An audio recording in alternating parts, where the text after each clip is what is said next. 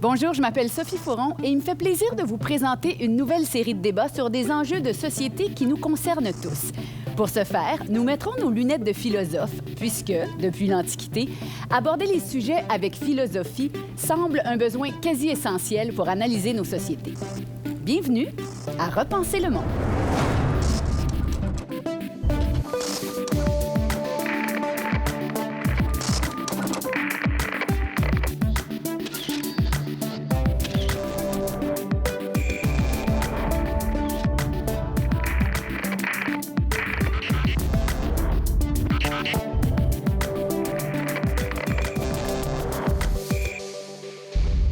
Bonjour à tous, bienvenue à Repenser le monde. Aujourd'hui, une discussion sur un sujet toujours d'actualité et en constante évolution, la liberté d'expression. Pour en parler, je suis entourée d'invités qui en ont long à dire sur le sujet et qui sont des experts. Je vous les présente tout de suite. Geneviève Gagnon, avocate en droit des médias. Bonjour. Bonjour, Geneviève. Pierre Trudel, professeur de droit à l'Université de Montréal. Bonjour. Bonjour. Christian Vanasse, auteur et humoriste. Bonjour. Et notre philosophe en résidence. Qu'est-ce qu'on est chanceux d'avoir un philosophe en résidence? Normand Baillargeon. Bonjour, bien content d'être avec vous. Bien, merci beaucoup d'être là et place au débat. La liberté d'expression est au cœur d'une multitude de débats de nos jours. Quand chacun clame haut et fort son droit à la liberté d'expression, les tempêtes médiatiques et légales se déchaînent. Qui n'a pas entendu parler de la saga légale entre Mike Ward et celui qu'on a appelé le petit Jérémy? Du congédiement du commentateur sportif Don Cherry ou des éclats provoqués par des personnes jugées comme étant dérangeantes. Il peut sembler que de plus en plus d'obstacles se dressent devant la sacro-sainte liberté d'expression. Les réseaux sociaux ont eux aussi participé à accélérer le mouvement, pour le meilleur ou pour le pire. Normand, avant de laisser la place à nos invités, est-ce que vous pourriez nous faire un petit survol, juste un petit survol, des enjeux reliés à la liberté d'expression à travers les époques et à travers votre œil de philosophe aussi? C'est une immense question, bien sûr, puis pour un philosophe, c'est une question importante. À l'origine de la philosophie, Socrate est condamné à mort parce qu'il a incité à ne pas croire au Dieu de la cité et corrompu la jeunesse. D'une certaine manière, il a utilisé sa liberté d'expression et il a été condamné à mort par Athènes pour ça. Aujourd'hui, je vous lirai l'article 19 de la Déclaration universelle des droits de l'homme, 1948. Article 19, « Tout individu a droit à la liberté d'opinion et d'expression, ce qui implique le droit de ne pas être inquiété pour ses opinions, celui de chercher, de recevoir et de répandre, sans considération de frontières, les informations et les idées par quelque moyen d'expression que ce soit. » Donc, c'est quelque chose qui est devenu majeur. Ça a été une très longue conquête, ça, et notamment lié à ce qu'on appelle le libéralisme politique, qui place au cœur de la pensée l'individu et ses droits. Maintenant, c'est une longue conquête et philosophiquement, il y a quelque chose d'important qui se produit en 1859, quand John Stuart Mill écrit un livre où il défend la liberté, et en particulier la liberté d'expression, en disant, tenez-vous bien, la seule limite qu'il peut y avoir à ça, c'est le principe de tort, le harm principle. Si ce que vous dites cause du tort à quelqu'un, un tort immédiat, prévisible, là, on peut la limiter à la liberté d'expression, mais autrement, non. Évidemment, vous avez compris, les questions qui se posent, c'est qu'est-ce qu'un tort? Qui décide que c'est un tort, quelles sont les conséquences et qui est en mesure de les appliquer. Les débats sur la liberté d'expression vont porter là-dessus. La diversité des législations sur la liberté d'expression témoigne du fait qu'on peut avoir différents points de vue là-dessus. Il y a des pays où on condamne le négationnisme, d'autres où on ne le condamne pas. Et ces questions-là sont encore ravivées aujourd'hui en raison des nouveaux médias et de nouvelles formes de revendications militantes. C'est tout simple, hein?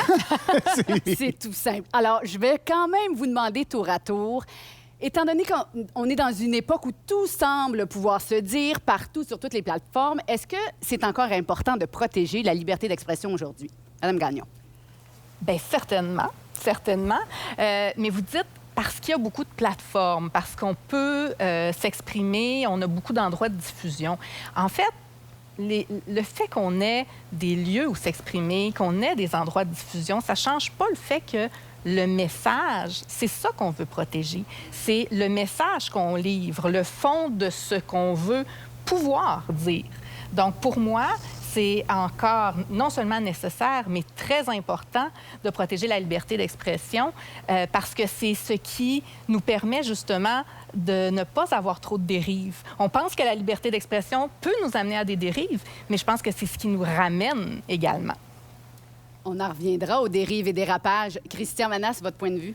Mon point de vue, c'est que la liberté d'expression n'a pas tant besoin de protection qu'on a besoin d'être responsable face à notre liberté d'expression, face à l'expression qu'on a. Fait que pour moi, c'est pas tant le droit à la liberté d'expression comme la responsabilité qu'on a quand on diffuse un message. Je suis assez d'accord avec Stuart Mill qui, il y a jusqu'à un tort. Le tort, quand il est prouvé, quand il est raisonnable aussi, mais là, on doit se questionner sur la portée de nos paroles. Mais au-delà de ça, puis je suis toujours surpris quand les gens invoquent, par exemple, que la liberté d'expression est en danger. C'est souvent les gens qui ont le plus de tribunes qui disent ça. On ne peut plus rien dire, mais ils ont déjà toutes les tribunes. Alors qu'il y a bien des groupes qui n'ont pas ces tribunes-là, puis qu'eux autres pourraient encore plus dire, ben non, donnez-nous la parole. Mais une fois qu'on a cette parole-là, qu'est-ce qu'on en fait? Ça, moi, c'est surtout ça qui m'intéresse. Qu'est-ce qu'on en fait de cette parole-là? Est-ce qu'on se met à diffuser de la propagande, puis des fausses nouvelles ou des insinuations malveillantes, ou on l'utilise pour améliorer les choses puis travailler au bien commun, tu sais? Monsieur Trudel, l'importance de protéger la liberté d'expression. C'est que c'est la condition de l'exercice de toutes les autres libertés. C'est-à-dire, si on ne parvient pas à exprimer le fait qu'il existe des injustices, qu'il existe des choses qui ne fonctionnent pas correctement, ça devient difficile de penser protéger les autres droits qui existent en société, avec lesquels doit s'accorder forcément la liberté d'expression. Mais sans la liberté d'expression, il n'y a plus beaucoup d'autres droits qui sont pratiquement possibles. Et je pense que c'est la principale raison pour laquelle il faut la protéger. C'est la base. C'est la base. Il me semble que c'est la base. Comment peut-on penser à protéger le droit à l'égalité des personnes? Comment peut-on penser protéger les personnes qui ont moins accès que d'autres aux tribunes si, a priori, il n'y a pas de liberté de dire ça ou de dénoncer ce type d'inégalité ou ce type de dysfonctionnement?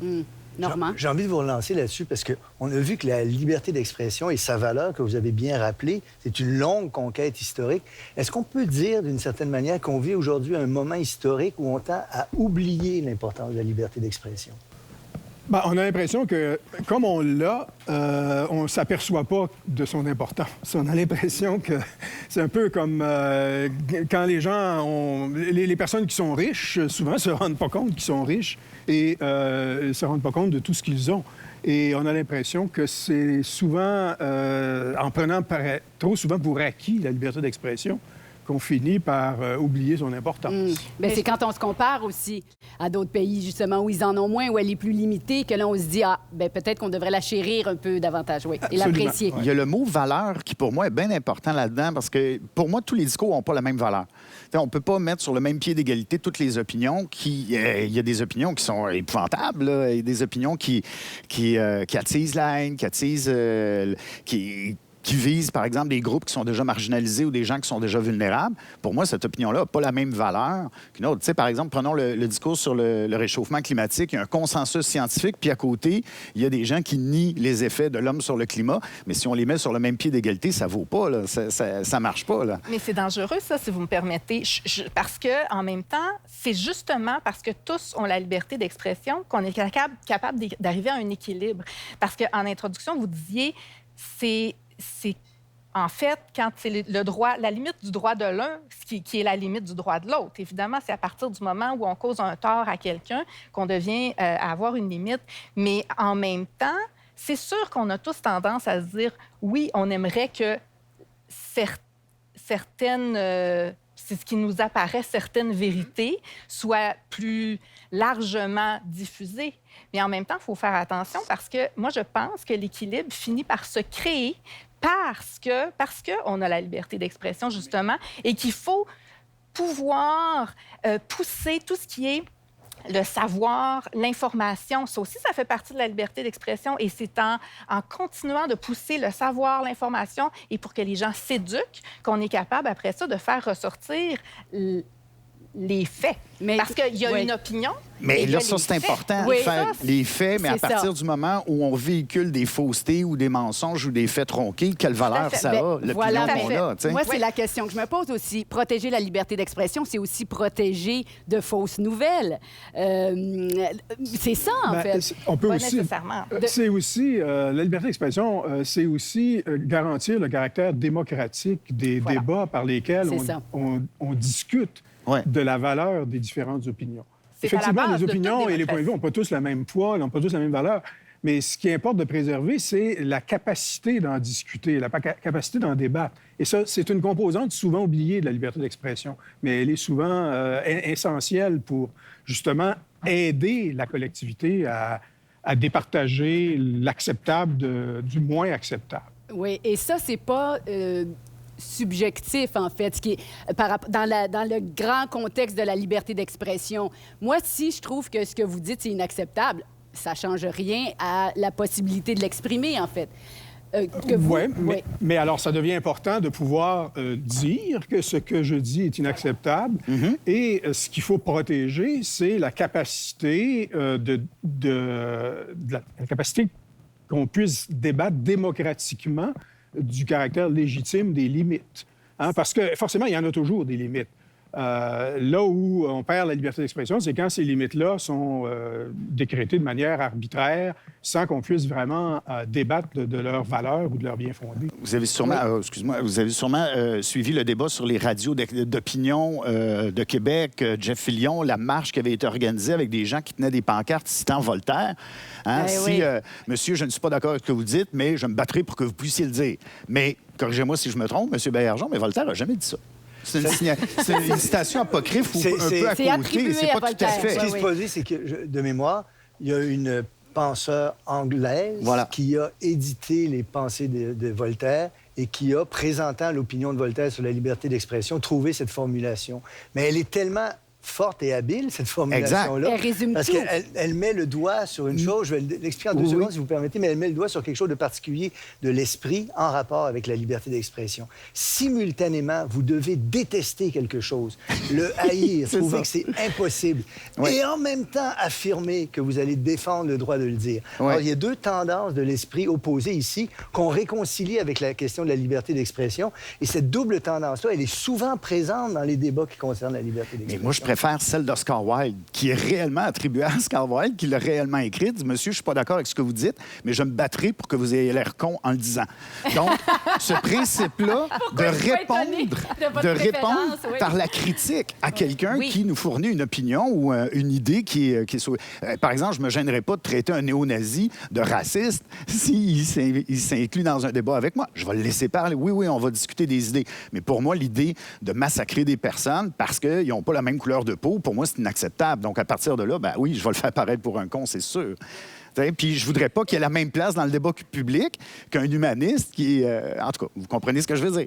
Mais donc, pour moi, c'est important de situer ça puis de dire, oui, tu peux t'exprimer, mais attends-toi une critique, par exemple. Tout à fait, mais ce qui est délicat dans ce que vous dites, et c'est là où, je pense, tout le débat se situe, qui va déterminer... Ben moi. Voilà. Non, mais c'est ça. Qui va déterminer ce qui est acceptable et ce qui ne l'est pas? On en a des limites à la liberté d'expression, ceci dit. On a le discours haineux, on l'a dit. Hein? Ça a toujours été clair que ça, c'est une limite à la liberté d'expression. Et après ça, bien, le préjudice qu'on cause à quelqu'un d'autre est aussi une limite à la liberté d'expression. Moi, je pense qu'on doit tous, chacun, être nos propres censeurs parce qu'on a tous une responsabilité. Quand on s'exprime en public, on a tous une responsabilité. Et le discours qu'on a doit aussi, puis ça, c'est une autre des limites qui existent déjà à la liberté d'expression, le discours qu'on a doit avoir un intérêt public. Une certaine pertinence, un intérêt public. On ne peut pas dire n'importe quoi sur n'importe qui si ça n'a pas d'intérêt. Une clarté oui, aussi. Mais, Madame Gagnon, moi, on est tout à fait d'accord avec vous, mais il y a beaucoup de gens qui ne réfléchissent jamais comme vous et qui disent, ben moi, je vais parler parce que j'ai envie de parler et c'est mon droit le plus fondamental. Alors, je peux dire des âneries, je peux dire des propos haineux, je vais les diffuser. C'est ça, en fait, Mais ça, c'est des gens qui ont confondu le droit de s'exprimer avec « je dois m'exprimer ». Ah, on est d'accord. Tu n'es pas obligé de tout dire, là. Tout à fait, mais on dirait que les gens ont de plus, je sais pas, Je ne sais pas qu'est-ce que vous en pensez, mais les gens ont envie de s'exprimer davantage et ont les moyens de le faire. Voilà, mais c'est ça aussi la question, c'est que là, on a les moyens. On a des outils de diffusion par les réseaux sociaux en particulier, là, nommons-les, Oui. mais on a plus d'outils de diffusion qu'on en avait avant. Et donc, j'ai l'impression peut-être, ça, il y aura peut-être des études là-dessus. Est-ce qu'on s'exprime plus? Est-ce que les gens s'expriment plus de manière générale à cause de ça? Bon, il faut voir.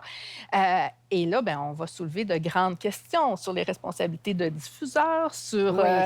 parce que, dans le fond, c'est aussi ça, la diffusion. Quelqu'un qui va décider, qui dit quelque chose qui est diffamatoire ou qui peut porter préjudice seul dans une rue, bien, il ne va pas causer un grand tort à qui que ce soit. C'est à partir du moment où les propos sont diffusés que là, on commence à rentrer dans un débat. Là.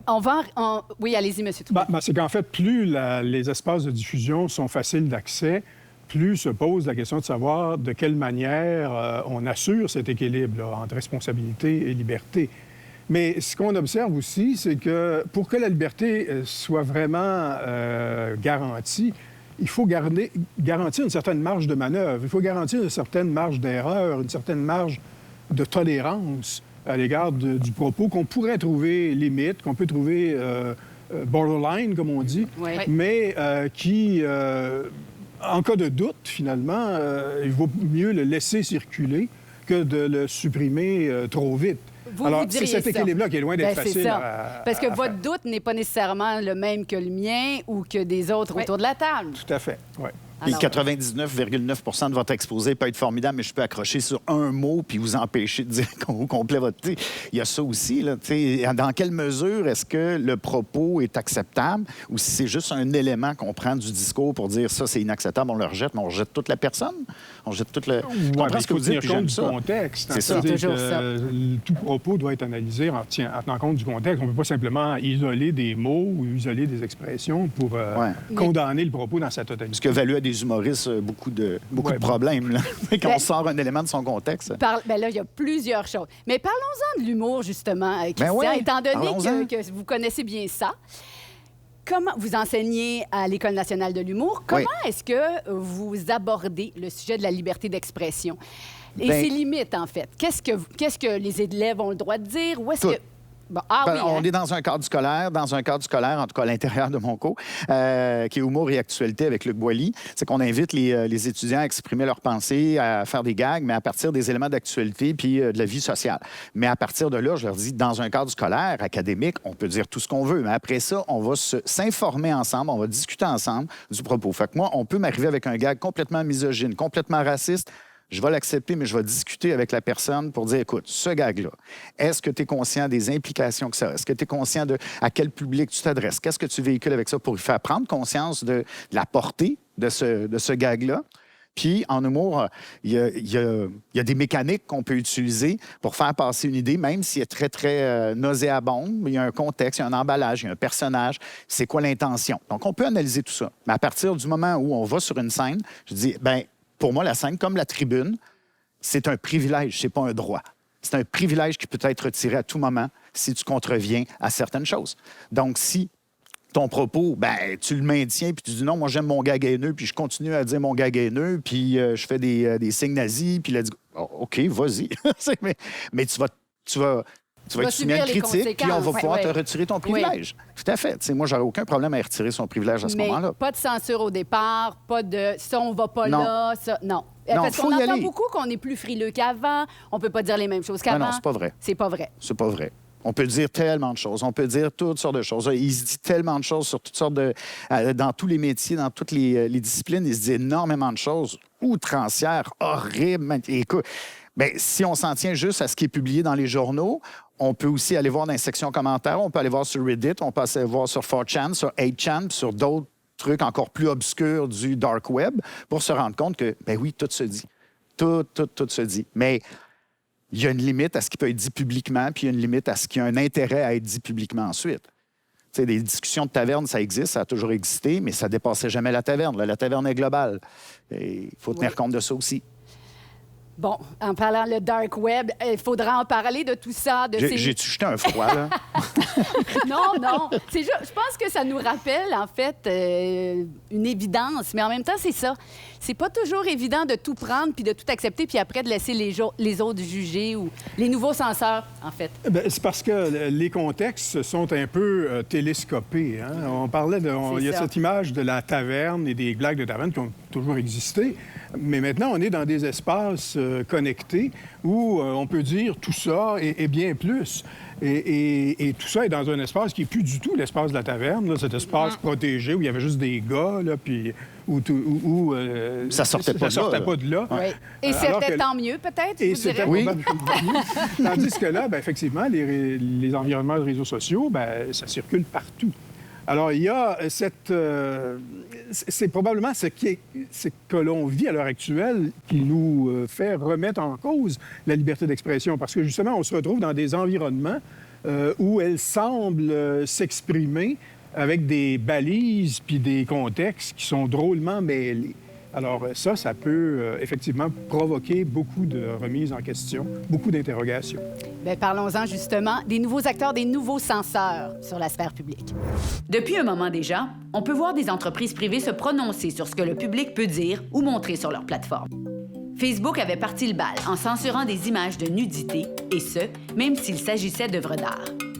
Twitter a emboîté le pas en se mettant aussi à censurer des contenus ne ménageant pas au passage certains présidents. Et Google et sa plateforme YouTube ont fini par confronter et confirmer devant les tribunaux le droit de censure des réseaux sociaux. Mais que penser d'entreprises culturelles qui se censurent? Faut-il y voir une forme de bâillonnement qui pourrait avoir de tristes répercussions sur la création et la liberté de parole? Ou au contraire, se réjouir de la plus grande prise de responsabilité de ces entreprises qui décident de censurer? La question se pose. Normand, qu'est-ce que vous pensez, vous, de cette nouvelle génération de censeurs? Vaste débat, évidemment. J'aimerais retourner à John Stuart Mill, à son principe de tort. Dans son livre, John Stuart Mill explique qu'on doit pouvoir permettre de dire que les producteurs de grains affament le peuple. On doit pouvoir dire ça, l'écrire. Mais il dit, si vous êtes avec une foule en colère devant la résidence d'un producteur de grains et des gens qui veulent le pendre, là, ici, il y a une limite à l'expression. On ne pourrait pas exprimer cette idée-là. Ça a été longtemps une des bases juridiques et philosophiques de la liberté d'expression et de sa limite. Dans les années 80, un philosophe qui s'appelle Joel Feinberg a commencé à suggérer l'idée que des propos offensifs pourraient justifier une limitation à la liberté d'expression. Il l'a fait de manière sage et modérée, mais il a expliqué que des choses comme ces jugements nuancés devraient prendre en considération des facteurs comme la durée, l'audience, les personnes concernées, les moyens de diffusion. Et je pense que cette idée d'offense fait partie du soubassement des questions qu'on se pose aujourd'hui. Une autre chose qui m'apparaît frappant, c'est qu'aujourd'hui, on pose cette question-là à propos de nouvelles entités. Souvent, c'était l'Église, l'État qui exerçait cette censure ou cette limitation à la liberté d'expression. Aujourd'hui, des entreprises, parfois qualifiées de personnes morales immortelles, peuvent exercer des droits de limiter la liberté d'expression. Jusqu'où c'est légitime, c'est important de discuter cette question-là. Et aussi des groupes revendiquant une forme d'offense demandent qu'on limite la liberté d'expression. Donc, il y a une nouvelle configuration du débat sur la liberté d'expression à partir de tout cela. Wow! Geneviève Gagnon, je vais vous demander, d'emblée, qui est-ce qui trace la ligne? Il faut le savoir, là, entre ce qui peut être dit, diffusé et ce qui ne peut pas l'être. En bout de piste, si on se rend à un recours parce qu'il y a eu un préjudice, celui qui aura tracé la ligne, ce sera le juge en bout de piste. Ou encore, celui qu'on appelle si bien le législateur, si éventuellement, pour une raison ou pour une autre, il y a un déséquilibre dans les droits et que là, le Parlement a une nécessité de venir rétablir par une loi un déséquilibre. Ceci dit, avant de se rendre là, il y a plusieurs lignes, il y a plusieurs personnes qui tracent les lignes. Il y a plusieurs garde-fous. Il y a plusieurs garde-fous. Oui. Bon, c'est sûr que quand on parle de discours, quand on parle de liberté d'expression, ce qui nous vient en tête tout de suite, c'est la diffamation. Donc, est-ce qu'on atteint à la réputation de quelqu'un en diffusant un discours? Puis je reviens à ce que je disais tout à l'heure. Si moi, je tiens des propos qui sont diffamants à l'égard de quelqu'un, mais tout seul dans mon salon et que personne ne les entend, il n'y en aura pas de problème parce que à ce moment-là, je ne peux pas causer de préjudice à quelqu'un. On ne peut pas devenir, à ce moment-là, le droit de l'un qui vient contrer le droit de l'autre, brimer le droit de l'autre, ou en fait, qui devient la limite. C'est plus ça, qui devient la limite du droit de l'autre. Et ce qui est intéressant aussi, c'est qu'en matière de diffamation, c'est pas ce que la personne qui se croit diffamée ressent qui est le guide. C'est plus ce que les autres vont retenir du discours qui a été fait à l'égard de cette personne-là qui est le guide. Donc ça, en droit, ce qu'on dit, c'est, on parle toujours de la personne raisonnable. Là. Ça, c'est notre bon père de famille, notre ancien bon père de famille. Maintenant, c'est la personne raisonnable. Qu'est-ce que la personne raisonnable retiendrait de ce discours-là? Et est-ce qu'elle aurait l'impression que ce discours-là porte atteinte à la réputation de l'individu? Si c'est le cas, si le bon père de famille ou le citoyen raisonnable dit oui, ça porte atteinte à la réputation de cette personne-là, là, le dommage, donc, c'est-à-dire, évidemment, les conséquences économiques qui peuvent en découdre, mais aussi ce qu'on appelle le préjudice moral, le fait de justement s'être senti victime de ça. Oui, ça devient indemnisable, mais ce n'est pas indemnisable quand, par exemple, c'est la personne elle-même qui se dit « j'ai eu de la peine, j'ai été brimée, moi, j'ai été offensée par ce qu'on m'a dit ». Si c'est pas objectivable, bien, à ce moment-là, ce n'est pas indemnisable. Oh! Monsieur Trudel, oui. Autrement dit, le seul fait que quelqu'un soit inconforté par un propos, ça ne peut pas être une limite raisonnable à la liberté d'expression. Parce que sinon, il n'y a plus de liberté d'expression. Il n'y a plus rien À partir qui peut du se moment où n'importe quel individu... Parce qu'en fait, on peut imaginer qu'à n'importe quel propos qu'on peut dire est susceptible d'inconforter quelqu'un quelque part. Ça dépend des sensibilités. Et ça dépend des sensibilités, ça dépend de tout un ensemble de facteurs. Donc, ça ne peut pas être le critère qui nous permet de tracer la ligne entre ce qui est acceptable et ce qui est une limite raisonnable. Et comme le dit ma collègue, c'est justement une personne, un juge, très souvent, qui va regarder si, raisonnablement, compte tenu du contexte sociétal dans lequel on se trouve, une personne pouvait être justifiée de sentir que sa réputation avait été atteinte ou qu'il avait été injustement injurié, parce que l'injure aussi, il y a cet aspect-là. Mais le seul fait de se sentir inconfortable, ça ne peut pas... accepter ça, c'est nier l'existence même de la liberté d'expression. Mm-hmm. Parce que dès lors que quelqu'un lève la main et dit « je suis inconfortable », on se tait tout le monde. Et donc, c'est pour cette raison qu'il y a ce critère qu'on appelle objectif, entendu comme étant une délibération dans laquelle chacun a le droit d'être entendu, au cours de laquelle un juge va être appelé à déterminer si c'est raisonnable de penser que la personne avait de bonnes raisons de se sentir lésée. Je suis très sensible à ce que vous dites et je pense que c'est un argument très fort de dire qu'on ne peut pas invoquer le fait de se sentir mal à l'aise devant un propos parce que tout propos est susceptible de rendre quelqu'un mal à l'aise, donc ça ne va pas. Et je suis sensible aussi à l'argument que je dirais juridique et philosophique que vous déployez. Je serais curieux de savoir, vous, autour de la table, est-ce que vous sentez néanmoins que d'un point de vue social, sociologique, empirique, dans les faits, il y a en ce moment un appel à des types de revendications de cet ordre-là? Ça m'offense, donc je demande qu'on l'interdise. Oui. Alors, c'est pas le point de vue normatif, philosophique ou juridique, mais c'est le point de vue sociologique. Est-ce que là, on sent pas quelque chose qui joue en ce moment? Il y a quelque chose, mais je veux juste revenir en arrière parce que c'est important, puis ça vient compléter un petit peu là, cet élément-là de votre question. On va dire le juge est le dernier censeur en bout de piste, sauf que même le juge, il ne peut pas censurer n'importe quoi en matière de liberté d'expression. Les tribunaux ont toujours dit, on n'est pas là, on n'est pas des arbitres du bon goût. Hein? Donc, on est là pour déterminer si, par exemple, les faits étaient fondés, étaient véridiques. Quand je disais tout à l'heure, il faut faire attention entre les faits et l'opinion. Quand on présente des éléments comme étant des éléments factuels, bien, là, on a des limites qui arrivent beaucoup plus vite que lorsqu'on fait état d'une opinion où notre liberté d'expression est beaucoup plus grande et où, par exemple, un censeur comme un juge va pouvoir moins intervenir. Et c'est là où je fais le lien avec ce que vous dites, parce que ce qu'on entend beaucoup ces temps-ci, c'est de l'opinion. Et donc, est-ce que cette opinion-là ou cette ligne de pensée-là est acceptable dans une société? Bien, moi, ma réponse à ça, c'est pas on doit brimer la liberté d'expression de ceux qui n'auraient pas des opinions acceptables. Moi, ma réponse à ça, c'est on doit, au contraire, protéger et valoriser encore plus l'expression de tous ceux qui vont être capables d'éduquer la population.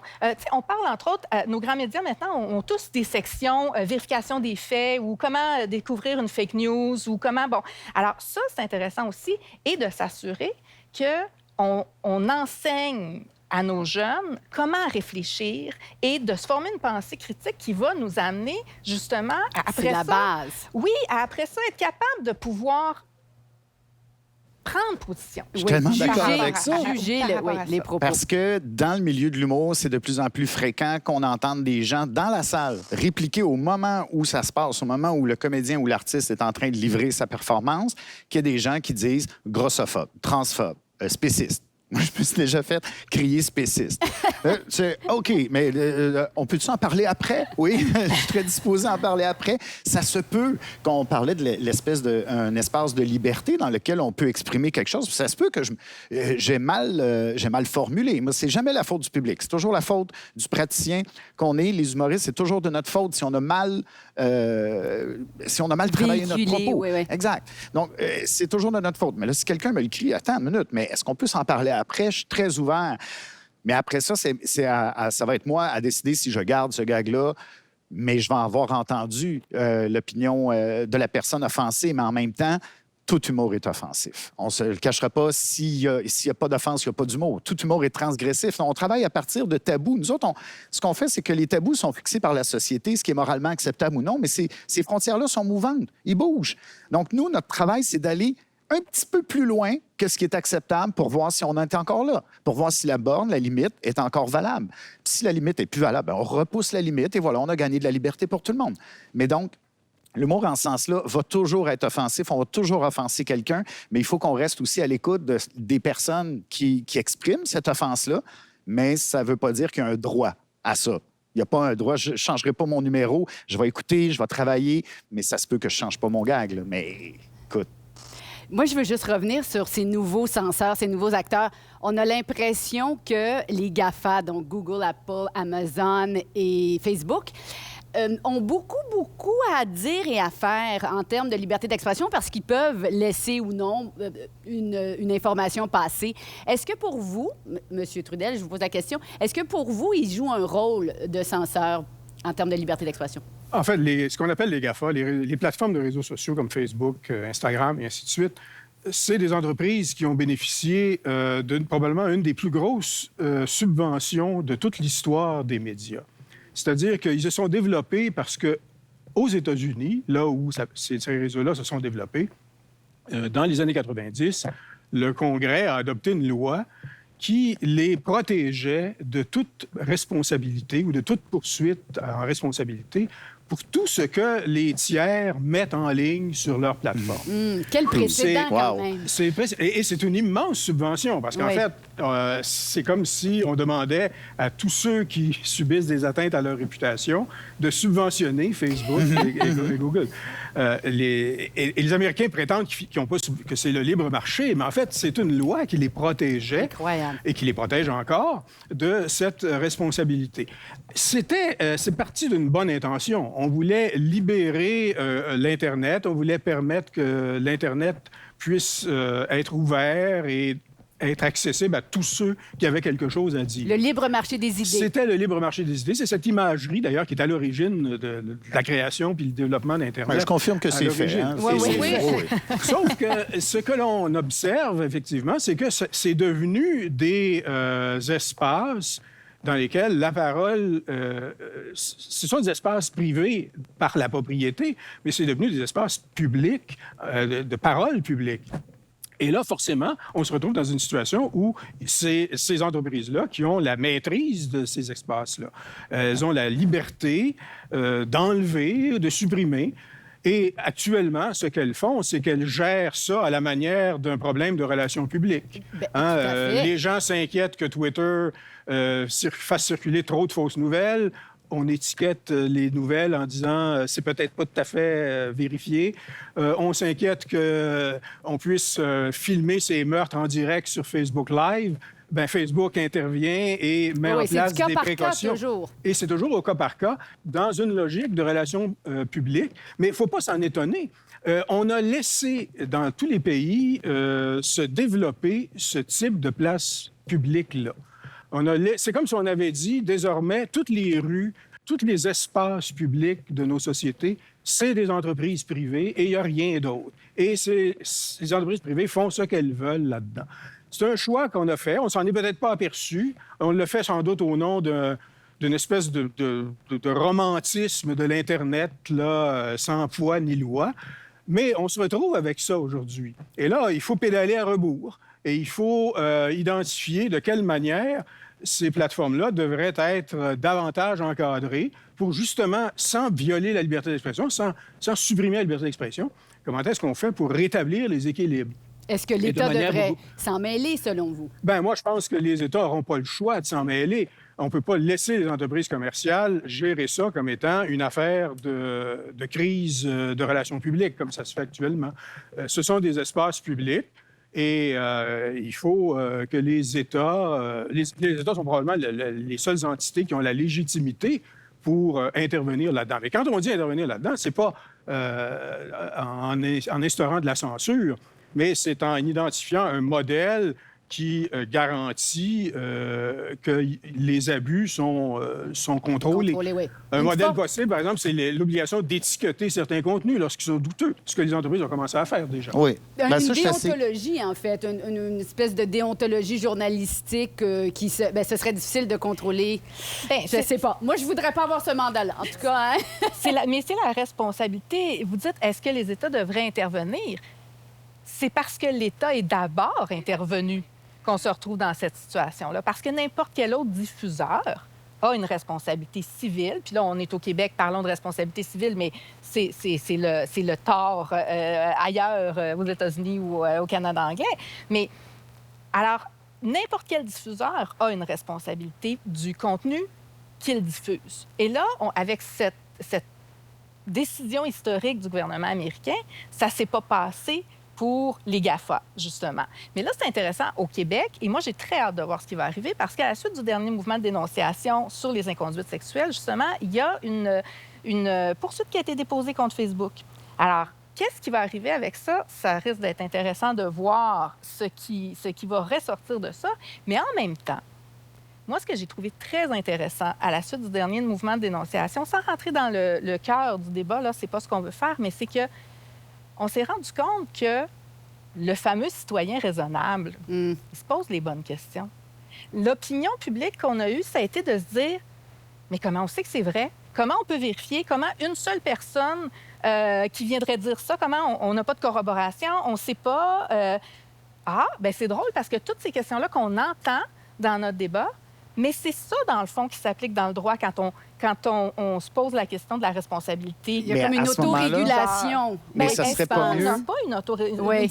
Oui. En fait, une certaine façon de rétablir l'équilibre, Oui. dans le fond. Mais Oui. plutôt que de demander au gouvernement, par exemple, aux États d'intervenir directement dans les contenus puis de policer ou encadrer Internet, si on outillait les citoyens un peu mieux pour être capable de contrer les discours haineux, de reconnaître les sophistes, si on enseignait la philo au primaire, mettons, là, un vrai cours de philosophie. On ne sera pas contre ça ici Non, mais aujourd'hui. Socrate ça en serait deuxième année, là, Ce puis serait qu'on merveilleux. puisse former notre pensée critique, on serait peut-être en train de former des citoyens qui seraient capables de résister à ça puis d'être plus à même d'identifier les contenus. Oui, vous- c'est une piste. C'est une piste, mais il faut que Mais je il vous y en arrête a- parce qu'on a tellement d'autres choses. On doit parler de plein de choses, dont la menace qui plane sur certaines institutions qui sont maintenant fragilisées.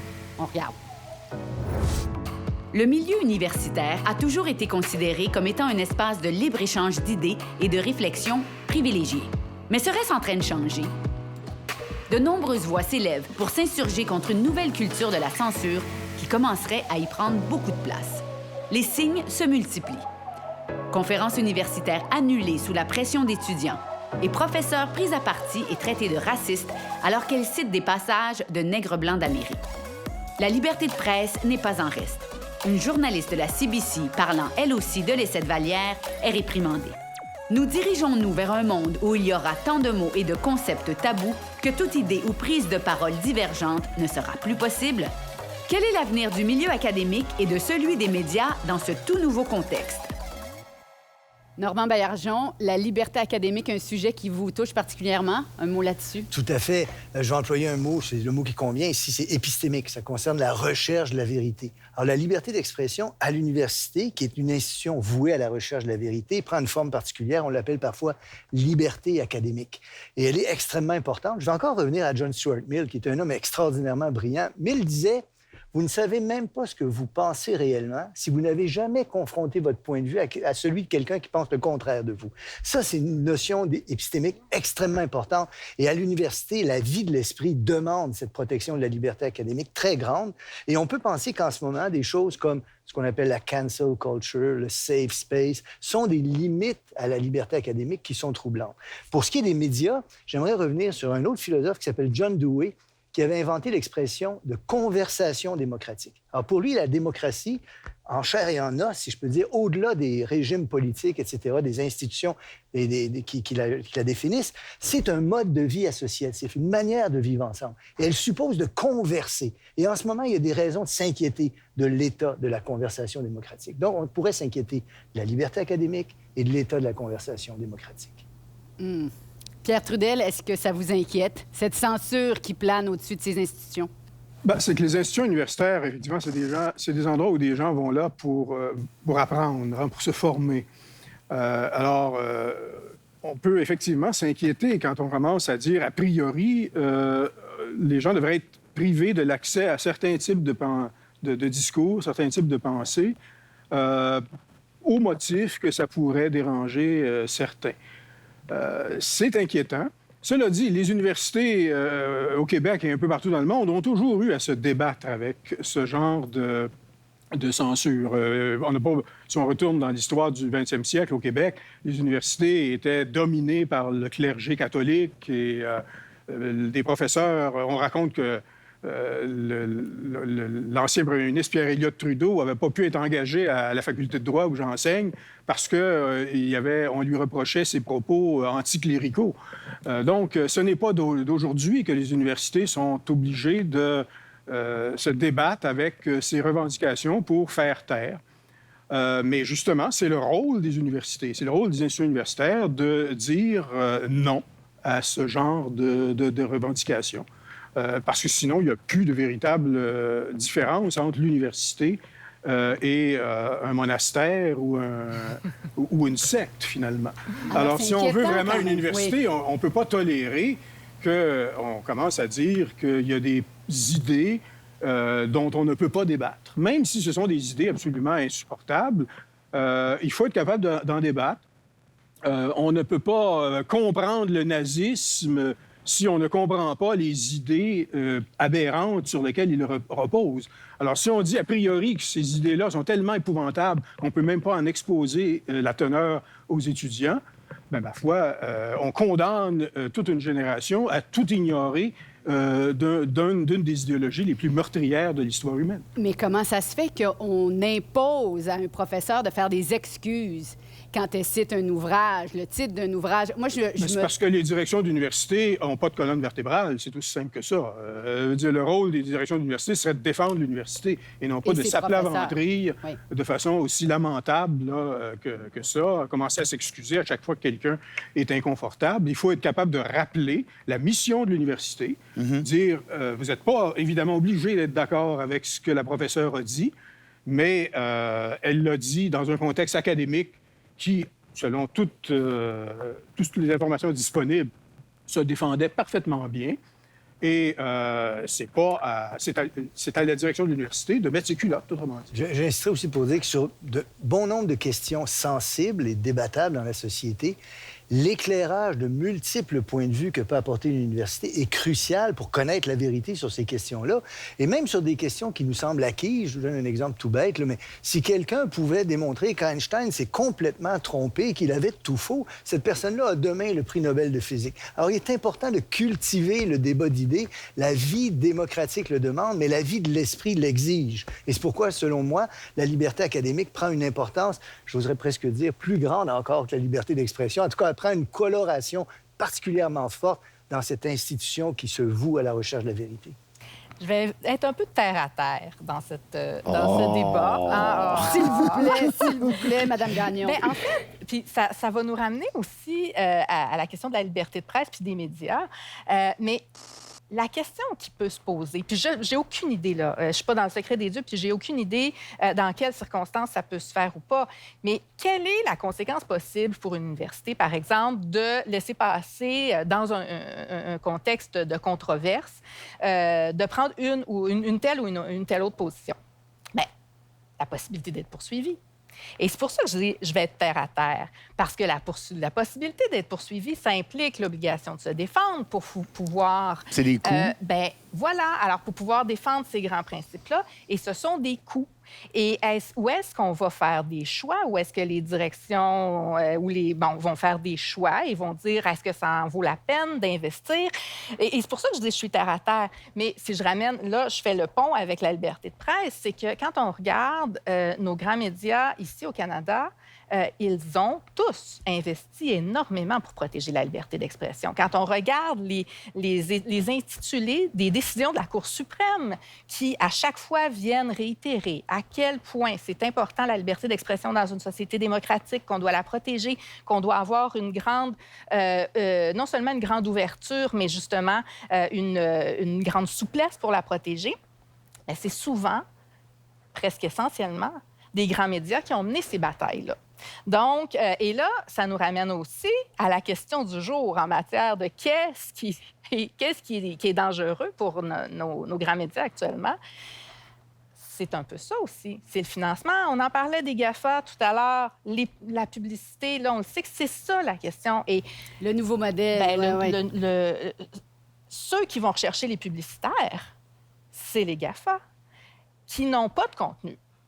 Alors que ceux qui font le contenu et qui souvent partagent un contenu dans ces réseaux sociaux-là, parce qu'ils n'ont pas le choix, parce qu'ils sont pris dans ce modèle-là de toute manière, parce que c'est comme ça, sont de plus en plus en difficulté. On le sait, je ne pense pas que c'est un grand secret pour personne là, de dire que le financement de nos médias, c'est difficile. Mais si on veut arriver à continuer à éduquer tout le monde, à s'éduquer, à se donner les moyens, les outils de vérifier c'est quoi une fake news ou est-ce que les faits sont véridiques, est-ce qu'on peut vérifier ces faits-là, il faut qu'on trouve une façon, comme société, de continuer de financer, à mon avis, c'est les journalistes qui font un travail en vertu de normes de pratique, vous l'avez dit tout à l'heure.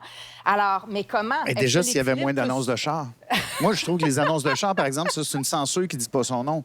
Parce que ça prend de la place dans un média, puis les médias en ont besoin, mais ça prend de la place au détriment des idées puis des opinions qui pourraient être véhiculées dans le média. Ça, c'est le système capitaliste, Christian, oui, que je sais bien, mais là... Qu'est-ce qu'on peut faire? Non, mais c'est une grande question, le financement. Puis c'est quoi la réponse? Je ne sais pas, là. Mais je sais une chose, c'est que alors que dans d'autres domaines, on ne sait pas, en tout cas, à mon avis, on ne sait pas encore si ça va pouvoir s'équilibrer de soi.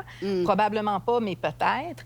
Je pense qu'en matière de financement, on commence à avoir la réponse. Et juste un petit chiffre, 40 selon un sondage de 2019, 40 des Canadiens disent ne pas pouvoir distinguer la bonne de la fausse nouvelle maintenant. Ouais. Alors, c'est quand même extraordinaire, comme c'est presque la moitié des Canadiens qui sont plus sûrs maintenant qu'est-ce qui est vrai, qu'est-ce qui est faux. C'est vrai, je pense qu'il faut se pencher là-dessus. Jusqu'au bout, là? Ils vont jusqu'au bout là, Allez-y, mais c'est dire à quel point, effectivement, il faut assurer l'équilibre financier des médias, mais aussi de tous ceux qui ont à cœur de fouiller, de rechercher, d'éventuellement contredire les idées reçues. Et il faut assurer qu'il y ait des ressources dans la société pour permettre un véritable débat. C'est ce que certains auteurs appellent l'approche du more speech, c'est-à-dire que la meilleure façon de combattre les idées controversées ou les idées inacceptables, c'est justement d'outiller, mais également d'équiper et pour être capable de doter de moyens ceux qui sont en mesure de réfuter. Et c'est comme ça que le système fonctionne pour justement générer cette production de vérité. Et donc, c'est ce que certains appellent l'aspect positif de la liberté d'expression. Autrement dit, il n'y a pas que l'interdiction de censurer, mais il y a aussi l'obligation de promouvoir la parole, promouvoir la critique. Là, je vais faire une fleur à mon collègue, M. Baillargeon. Peut-être qu'une bonne idée, ce serait de commencer par lire le petit cours d'autodéfense intellectuelle. Ah ben oui, faut avoir Le livre ça. de M. Baillargeon, qui a écrit depuis quelques années déjà. Quinzaine d'années déjà. Une oui. quinzaine d'années, mais qui est toujours si pertinent. Peut-être qu'on peut commencer par ça. On le conseille à tout le monde. Oui. Je pense qu'on devrait, pour terminer, réfléchir sur les débats futurs. On devrait s'inquiéter de quoi pour les débats futurs en termes de liberté d'expression, Normand? Écoutez, moi, je pense, comme le disait M. Trudel, on a tous convenu de ça, je pense que la liberté d'expression est la condition par laquelle vivent des valeurs auxquelles nous sommes profondément attachés. Elle est au cœur de la défense de la liberté des artistes, de la recherche de la vérité, de la démocratie elle-même. Alors, pour moi, c'est une valeur absolument fondamentale. Maintenant, il y a de nouveaux enjeux, de nouveaux défis, certains économiques. J'ai beaucoup aimé que vous souleviez ça, tous les deux.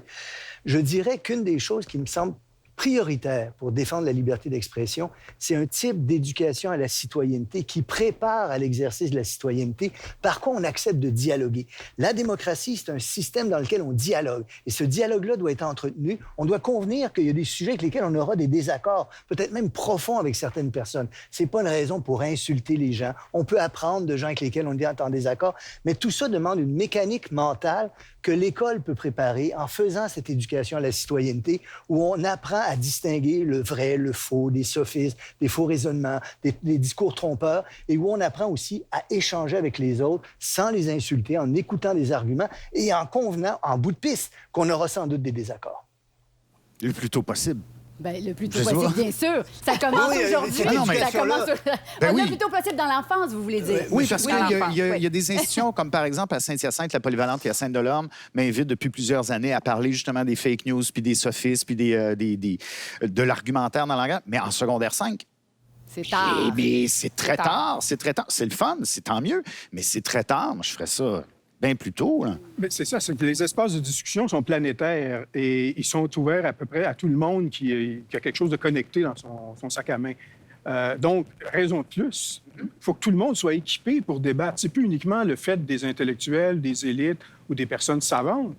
Tout le monde, maintenant, doit s'équiper pour débattre et discuter puis prendre part à la discussion. Et donc, c'est là le J'aimerais grand défi. citer des recherches crédibles en sciences sociales qui montrent que un des effets de n'échanger qu'avec des gens qui pensent comme nous, c'est une radicalisation de nos points de vue. Nos biais cognitifs sont en œuvre. Alors, pensez aux médias sociaux. Il y a des chances qu'on désapprenne l'art du dialogue en ne s'informant qu'à des sources qui disent toujours la même chose. Puis est-ce On- qu'on ne devient pas plus fragile aussi, puis plus Ben, offensable? Il y a même Vulnérable. il y a des Ouais. chances, il y a des chances que ce qu'on observe, c'est que des gens très savants sur un sujet donné tendent à être pondérés et modérés et s'avancer sans avoir de grandes certitudes absolues, alors que des gens qui s'y connaissent très peu sont absolument certains de ce qu'ils avancent. Et ils parlent fort. Et ils parlent fort. Ouais. Tout ce que je sais, c'est que je ne sais rien. Ouais. On revient à Socrate dont on parlait au début. Voilà, Socrate. Et peut-être Madame qu'on Gagnon, peut... Oui, bien en fait, ce que je disais, c'est que oui, l'école, je suis d'accord, oui, très tôt, comment on peut éduquer nos jeunes, mais comme parents, Oui. on doit Ben être oui. des modèles aussi, je pense. Moi, dans mon enfance, il y avait toujours les journaux sur la table, disponibles. Et ça, moi, ça a été quelque chose de très important pour mes propres enfants. Même que quand on est passé à la culture numérique, là, je me suis dit, comment on va gérer ça, comment on va faire ça. Il ne faut pas Mais- juste laisser le journal, il faut en discuter Ben, aussi. faut en discuter. Puis Non, c'est mais ça. c'est un Puis il faut bon donner outil. l'exemple. Il faut Oui. montrer qu'on le lit, il faut montrer qu'on écoute le bulletin de nouvelles et que nos enfants ils commencent à faire la même chose. Et ils passent très rapidement à la tablette. Mais justement, à la tablette, dans le journal au complet et non pas juste dans leur réseau social. Ça, c'est important. Je pense qu'on doit le faire, on doit le dire à nos enfants rapidement aussi pour qu'ils puissent développer cet esprit critique. C'est fondamental. Monsieur Trudel, aviez-vous quelque chose à rajouter? Ben, moi, ce que je pense, c'est qu'il faut se donner les moyens, tout le monde, de discuter globalement et de façon planétaire. Et ça devient une habilité importante dans notre époque. Et si on ne le fait pas, ben, on est exposé au pire démagogie, on est exposé à la désinformation. Et donc, il y a un enjeu démocratique de taille là-dedans. Bien, c'est ce qu'on fait. C'est ce qu'on a fait aujourd'hui dans notre agora. Exact. Dans notre petite taverne. Oui, notre petite agora. Et bien, je vous remercie vraiment. Je vais laisser la parole à Normand Baillargeon. Il va nous laisser avec une citation d'un philosophe. Il s'agit de Bertrand Russell, que vous connaissez sans doute, un des plus grands philosophes du 20e siècle. C'est un logicien et un philosophe. Il est aux États-Unis, lui, il est anglais, pendant que la Deuxième Guerre mondiale est déclarée. Il est donc bloqué là avec sa famille et il se trouve un poste de professeur à l'Université de New York pour aller enseigner la logique et la philosophie des sciences. Une campagne contre lui se lance à cause des positions qu'il a exprimées sur la sexualité, sur les femmes, sur le droit pour les jeunes d'avoir une vie sexuelle avant le mariage, et ainsi de suite. Quelle idée! Cette campagne-là est tellement forte qu'on va abolir son poste de professeur à l'université, ce qui est absolument terrifiant. Des gens comme Einstein vont se porter à sa défense, mais ça ne changera rien, il perd ce poste à l'université. Dans le contexte de ce débat-là, Russell va écrire ceci. Quelle importance, dira-t-on peut-être, peut bien avoir une question comme celle de la liberté académique dans un monde en guerre? Je vous rappelle, on est en guerre en 1940. Dans un monde martyrisé par les persécutions, dans un monde où foisonnent les camps de concentration destinés à ceux qui ne se font pas les complices des injustices. Comparé à tout cela, je le reconnais, la question de la liberté académique n'est pas en elle-même de toute première importance. Mais elle est une des choses qui est en jeu dans la bataille en cours. Souvenons-nous que ce qui se joue dans les enjeux les plus grands, aussi bien que dans ceux qui nous semblent plus petits, c'est la liberté pour l'esprit humain, incarné en un individu, d'exprimer ses croyances ainsi que les espérances qu'il a pour l'humanité, que celles-ci soient partagées par plusieurs, par quelques-uns seulement, ou même par personne. Bertrand Russell. À M. Russell. On voit à M. Russell et à vous tous. Merci d'avoir été là. Si vous voulez explorer davantage le thème de la liberté d'expression, vous pouvez aller sur le site savoir.media et découvrir la série Résonance.